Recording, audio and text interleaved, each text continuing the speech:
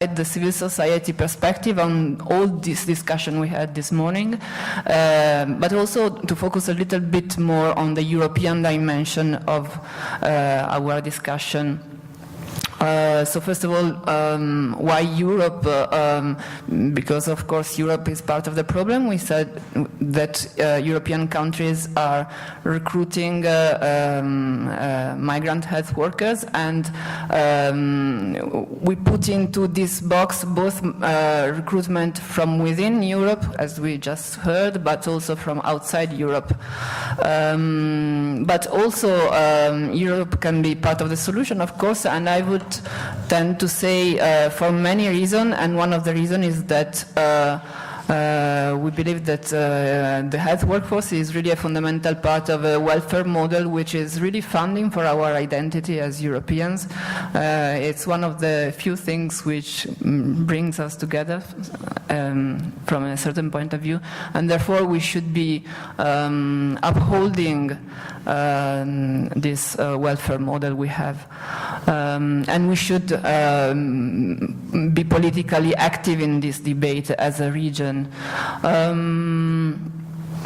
As health workers for all, since the last 1 year we have been doing a lot of work of a national level in the 8 countries where we work. Even this workshop is part of that national level work. But we are now starting a different kind of work, which is the work at European level. And today we are actually launching this document at European level, which is a call for action. You have it in your folder, or it is in the table at the entrance of the hall. It is a call to action. It is so targeting European decision makers, so both European institutions and member states authorities, and it is calling for a coherent approach to all the issues which we named and discussed today, and to the code, and we call for Europe to play our part in code implementation from our side. So the document contains a number of recommendations, so specific actions which can be taken, and it is supposed to be as a sort of way forward to national level discussions. So it is possibly also a way forward for the discussion we had today. What we want to do with this call to action, we want to demonstrate by the end of 2015, we want to demonstrate to decision makers that really there is a constituency in Europe demanding that these debates we are having today are brought to practical action. There is a constituency demanding code implementation, and it is an issue which matters for civil society organization and local authorities in all member states. So we will collect an organizational endorsement to this call to action. Now, what I would like to do now in the brief time I have, actually what I wanted to do is to present a little bit more the content of the call to action, but I will be really quick on that. And you will see by yourself the recommendations contained in the document. I would also like to spend a few words on what seems to be, in a way, the mother of all battles in this field, which is our reaction as health workforce advocates to the economic crisis. The economic crisis has been coming up many times in the discussion today, and I would like to focus a little bit more on that. So the contents of the call to action, first of all, I'm not going to go into any further detail because many things have been said this morning. So we put a lot of emphasis in the document in planning and forecasting for the health workforce. We put a lot of emphasis on investments, I think the core of the code of practice is the very subtle balance which needs to be found between investment in the health workforce and mobility. If you don't invest, there will be probably more mobility. It's all around this issue, I believe. And what we just said, there is a whole section dedicated to the right of migrant health workers, but we connect it also to the right of native, let's say, health workers. They are very much interlinked. And then policy coherence is really central, as we saw that the code connects the migration, health, development cooperation, fiscal policies, employment policies. So we need policy coherence also, because let's forget that policy coherence is a legal obligation under the Lisbon Treaty, so it's not an option. It's really something we should abide to. But if we want to then spend a few words about what I was calling possibly the mother of all battles for Europe as a region in terms of code implementation, we said it is the way in which we react to the economic crisis. The economic crisis is having an impact on all the keywords I just mentioned. So if we want to advocate for health workforce development and correct management of migrations of the health workforce, we have to, I believe, integrate this subject in our analysis. So just to recap, economic crisis means has been meaning in many cases in European countries, has been meaning that health spending has fell. We see Spain in the blue circle, but not only in Spain. Of course, the health workforce had its own problems and shortages before the crisis.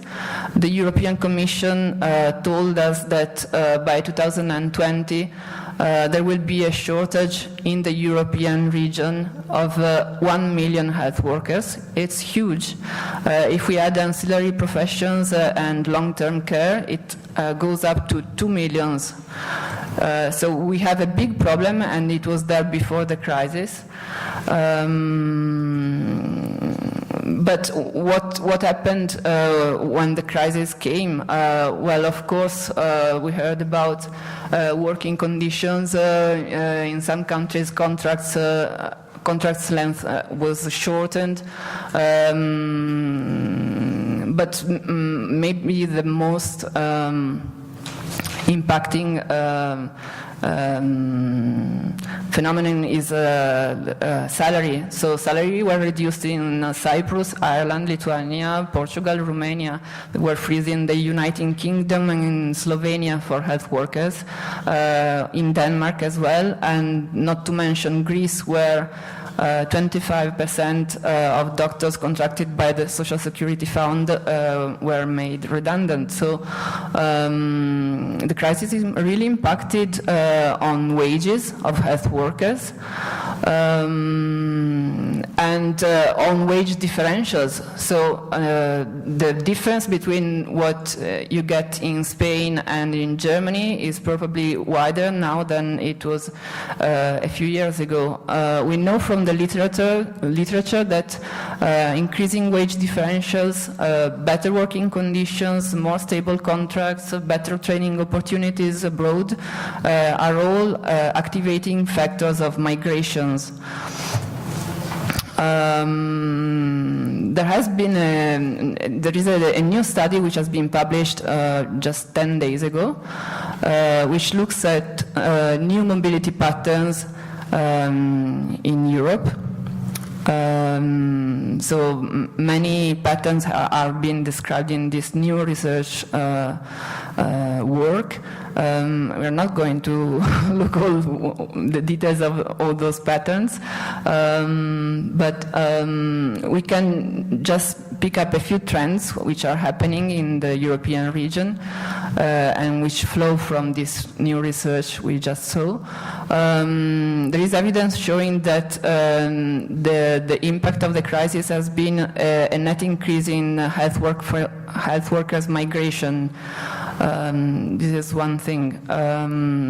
But also there is a concern that the crisis may increase some health worker shortages in some European countries in the medium term, because in a few years when countries will start to emerge from the crisis, hopefully, other sectors will possibly become more attractive. So this will happen in a moment where we will have lesser new recruit, because in many countries we are lowering the number of people we are training at the moment, and therefore in the medium term we will find ourselves possibly with a greater shortage than before the crisis.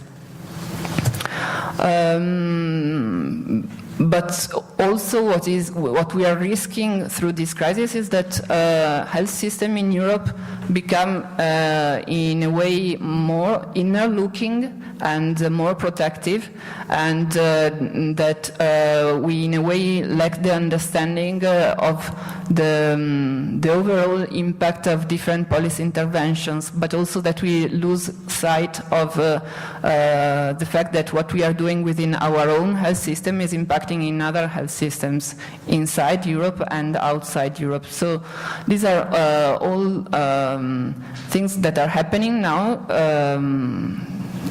during the crisis, but we also want to see what is possibly happening in the future. So what do we see in the future? For sure, we know that when the Troika proposed rescue packages for countries which needed rescue packages, there was a very strong international scrutiny on the functioning of the health systems in those countries.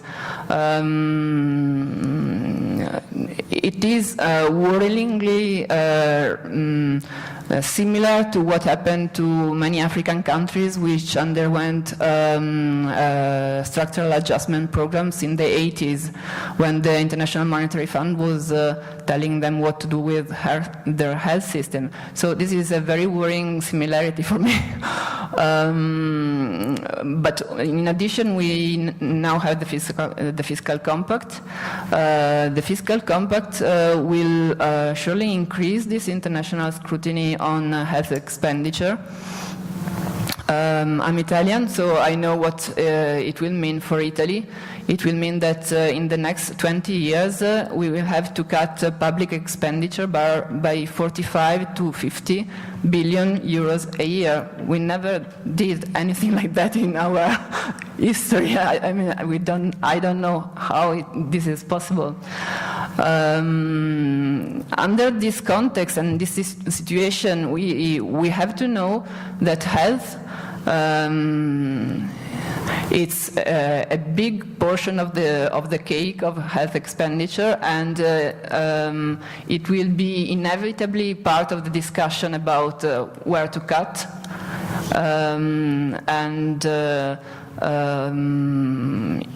I think health is more or less in all countries it is the second bigger part of public expenditure in our countries. Normally there are pension expenditure and then health expenditure, like in terms of size. And within health expenditure, the health workforce accounts more or less for 40% of health expenditure. So the health workforce will be touched by the discussion about resources in the future. I think it's rather inevitable, especially for southern European countries, which have a lot of debt, of course. So we need to be able to enter in this debate, I think. We need to be able to ask the question if it really does make sense to cut the health sector and the health workforce expenditure during a crisis. The answer might be that it doesn't make very much sense, because the health sector is a labor-intensive sector. It has been said before. It is the largest contributor to employment. It produces high-skilled jobs, so really the jobs Europe wants to create with the new Europe 2020 strategy. At the peak of the crisis, when other sectors were losing jobs, so 2.5 million jobs were lost between 2008 and 2011. The health sector generated over 2.8 million new jobs, and you see it in the green boxes, while the orange is employment in other sectors. So really, it might not be wise to cut public expenditure in this sector, because it is an employment-rich sector. Not only, but investing in the health sector is also good for economic recovery. Economists produce this kind of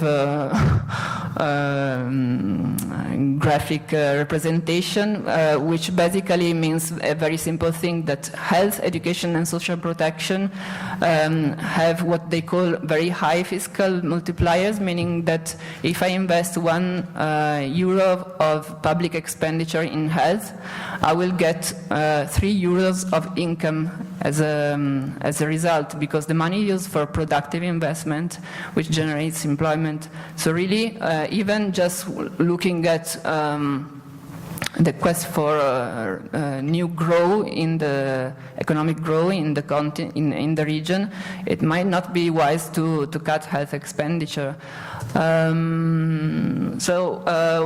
What we call for example, in this document, is that cost-effective public health services are protected from budget cuts, first of all, that there are health impact assessment of fiscal policies. We need to know what are the effects on health of fiscal policies. We call for health ministries to be made an accountable part of decision on fiscal policies and on budget cuts.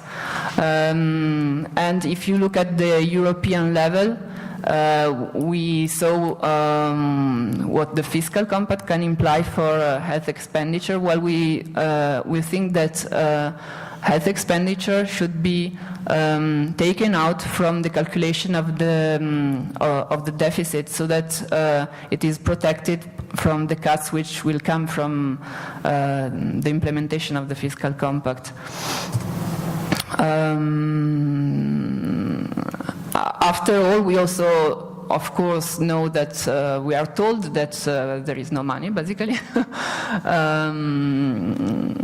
So I think that we should also be able to say where the money for investing in the health sector and in the health workforce could come from. So it is really important that we are able to make the link between investment in health and health workforce and other sources of fiscal space.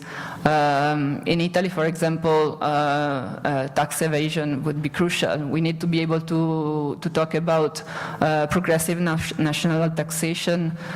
We need to be able to connect health workforce with financial transaction taxation. We need to be able to enter in those debates, which seems to be really far from the health workforce, but which are really very tightly connected in terms of resources. And so that's it. If you therefore think that the health workforce is an area which deserves investments because it's linked to the quest of equity in our region, and if you think that we need more coherent policies, then please take contact with Carlos or go to this website, sign the call to action. We are going to take the call to action to the attention of the new European Parliament, and probably we can do it together, and I hope it will be something which can involve many of your organization. Thanks. Muchas gracias, Giulia. Bueno, tenemos un poquito de tiempo. Si hay alguna pregunta. Sí, 2 preguntas, 3 preguntas. Bueno, puedes comenzar. Cortitas, por favor. Sí, más que una pregunta es una sugerencia.